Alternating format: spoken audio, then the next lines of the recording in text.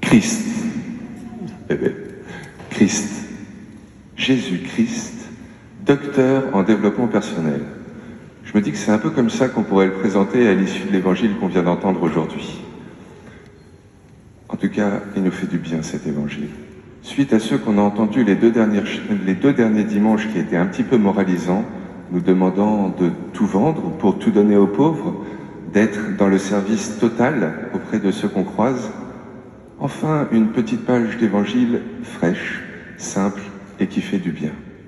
Une page faite de féerie, je crois, de merveilleux. Déjà de merveilleux parce que c'est un miracle. Donc, ça nous fait toujours du bien, mais plus que ça, désolé, les aléas du direct. Un évangile rempli de merveilleux, de par ce miracle, de par la discrétion et l'humilité des protagonistes. Un évangile d'une richesse folle de par toutes les interprétations que la tradition a trouvées dedans, mais plus que ça, un évangile, je crois, riche d'énigmes. Est-ce que vous avez remarqué? C'est un évangile qui nous parle d'un miracle sur la vue, et pourtant, c'est comme si nous ne voyions pas ce qui est le plus important à voir dans cet évangile. J'aimerais vous poser 3 questions. Selon vous, qui fait le miracle? Selon vous, à quel moment a lieu le miracle? Et enfin, à quoi sert Jésus dans l'histoire? Un peu taquin ces questions. Mais pourtant, immergeons-nous dans le texte, essayons de voir comment on y répond, et pour le coup, voyons quel enseignement Jésus nous apprend. Qui réalise le miracle? On pourrait penser Jésus, les miracles de Jésus. Seulement notre Jésus, il ne fait pas de geste particulier comme on imaginerait Harry Potter ou quoi que ce soit, il ne dit pas de formule magique, il dit juste « Va, ta foi t'a sauvé ». Il révèle qu'en fait, ce qui a permis le miracle, Bartimée l'aveugle l'avait déjà. Ok, donc ça veut dire que ce n'est pas Jésus, c'est l'aveugle, Bartimée. C'est ce que nous dit Jésus, on peut le penser. Mais en même temps, ce n'était pas gagné. Regardez toutes les difficultés qu'il a pour aller jusqu'à lui. Déjà, il est aveugle. C'est pas facile pour qu'on puisse le mener à lui. Et plus que ça, tout le monde le rabroue. Il semble un petit peu excité, et donc au contraire, on essaye de le mettre de côté. Est-ce que tout seul, seule sa foi l'aurait sauvé? Je ne sais pas. S'il n'y avait pas eu cette 3e personne, cet inconnu, il est qualifié juste du on, mais cette personne qui peut-être un instant avant était en train de le rabrouer comme tout le monde, et qui pourtant a eu le courage de lui dire « Allez, confiance, lève-toi ». Il fallait cette personne, sa discrétion et son humilité pour que Bartimée soit sauvé, pour que cet aveugle puisse être amené jusqu'à Jésus et que le miracle puisse être réalisé. Je crois qu'il fallait bien les deux, à la fois la foi de Bartimée et en même temps l'autre qui a mené cette personne jusqu'à Jésus. Et c'est pour ça que je demande, quand est-ce qu'a eu lieu le miracle en tant que tel? Parce qu'on est induit en erreur par le texte. Il nous dit aussitôt, juste après la phrase de Jésus. Donc, on pense que c'est la phrase de Jésus qui fait le miracle. Seulement Jésus, c'est pas une phrase miraculeuse qui dit, c'est un constat. Va, ta foi t'a sauvé. C'est du passé composé. Ça a eu lieu. Mais avant. Donc à quel moment? C'est quoi qui fait le miracle? L'acte, le déterminant, la phrase? Eh bien, je crois que c'est à nouveau notre inconnu, cette phrase qui nous sort « Confiance, lève-toi ». Mettons des synonymes. Confiance et la foi. Ça veut dire la même chose, ni plus ni moins.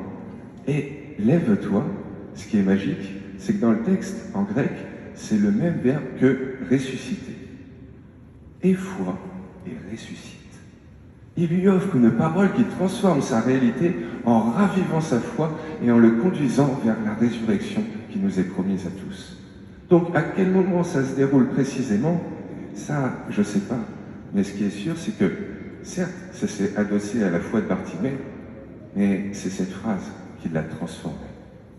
Et donc, c'est pour ça que je demande, si c'est Bartimée et cet inconnu, avant tout grâce à la foi de l'un et au réveil de cette foi par l'autre, à quoi sert Jésus dans l'histoire?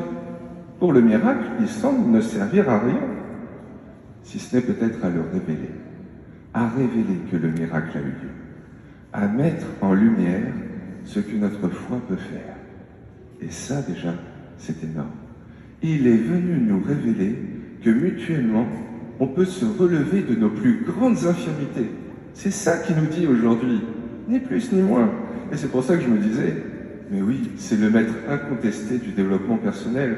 Parce que, à travers cette page d'évangile, il redit avec ses mots à lui, une théorie assez à la mode aujourd'hui, la loi de l'attractivité, la loi de l'attraction. Vous savez, c'est attraction, attirer, c'est ces gens qui disent que plus on pense, plus on visualise quelque chose, plus ça va advenir, que ce soit en bien comme en mal d'ailleurs. Est-ce que c'est pas un peu ça qu'il nous dit Jésus, à travers le « ta foi t'a sauvé » ? Si vous y croyez, si vraiment vous y croyez, alors c'est ainsi qu'adviendra la réalité.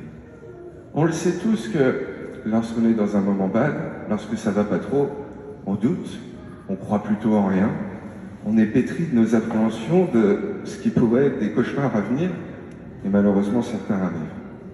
Mais ça marche aussi dans le positif. Quand, alors qu'on est dans l'ordinaire de notre quotidien, on essaye d'y mettre du bon, de la foi en Dieu, en sa providence, en son amour dans notre quotidien, on essaye de rêver un peu, de jouer avant tout, non pas de la fatalité, mais de la confiance. Alors oui, il peut transformer la réalité à partir de notre confiance, de ce que nous on veut et de ce que lui nous promet. J'en suis convaincu, la façon dont on a confiance dans le monde, la façon dont on rêve le monde, transforme le monde. Et je crois que c'est bien ce que nous dit le texte aujourd'hui. Il nous dit tellement de choses que c'est dur en quelques minutes d'essayer d'en sortir le plus possible, mais je crois que s'il y avait 2-3 trucs à retenir de ce texte, c'est ça. Déjà que les plus grands miracles du quotidien, eh bien peut-être que ceux qui les font ne le savent même pas. Et peut-être que justement on ne voit pas tous ces plus grands miracles du quotidien, ces petits riens, mais qui ravivent la foi de chacun. Et qui font que c'est par là que le monde est sauvé petit à petit, par les petits miracles du quotidien de chacun. Alors, bien sûr que tous, il y a des moments où on y croit plus ou moins. Il y en a certains, ils disent ne pas croire du tout, et pourtant je suis convaincu qu'au fond de nous, on a tous ce désir d'avoir confiance en une transcendance. Et des fois, la vie est telle qu'elle est trop lourde, on est trop abîmé, trop plein de culpabilité, et le malheur, malheureusement, ne cesse de nous tomber dessus. Et pourtant, Jésus nous rappelle aujourd'hui qu'il suffit d'un rien, un instant, une personne, un geste, un regard, pour que tout soit transformé, en ravivant la foi, en réveillant ce petit rien qui change notre quotidien. C'est bien ça, je crois, qu'il est venu nous révéler, que mutuellement, on peut se relever de nos pires infirmités. Et vous allez me dire, mais alors Jésus, il sert à rien? Eh bien, je crois que ce que nous apprend le texte, c'est que plus on s'approche de lui, plus ce qu'il nous révèle, ce qu'il met en lumière, on le fait nôtre dans notre ordinaire. Alors peut-être, profitons de cette messe, de chacun de nos instants de prière pour toujours nous rapprocher de lui. Pas tant pour qu'il réalise les miracles qu'on attendrait de lui, mais pour toujours mieux mettre en lumière tout ce que notre foi peut faire. Pour qu'ainsi on ait toujours plus envie de la révéler, de la raviver, de l'éveiller dans le cœur de tous ceux qui croisent nos routes. Parce que, j'en suis convaincu, c'est comme ça que le monde est sauvé.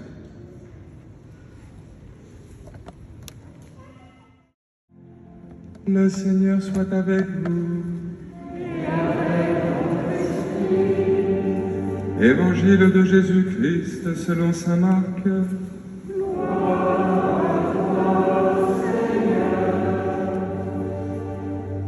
En ce temps-là, tandis que Jésus sortait de Jéricho avec ses disciples et une foule nombreuse, le fils de Timée, Bartimée, un aveugle qui mendiait, était assis au bord du chemin. Quand il entendit que c'était Jésus de Nazareth, il se mit à crier « Fils de David, Jésus, prends pitié de moi !» Beaucoup de gens le rabrouaient pour le faire taire, mais il criait de plus belle « Fils de David, prends pitié de moi !» Jésus s'arrête et dit « Appelez-le !» On appelle donc l'aveugle et on lui dit « Confiance, lève-toi, il t'appelle !» L'aveugle jeta son manteau, bondit et courut vers Jésus. Prenant la parole, Jésus lui dit « Que veux-tu que je fasse pour toi ?» L'aveugle lui dit « Rabouni, que je retrouve la vue. » Et Jésus lui dit « Va, ta foi t'a sot. Aussitôt, l'homme retrouva la vue, et il suivait Jésus sur le chemin. Acclamons la parole de Dieu.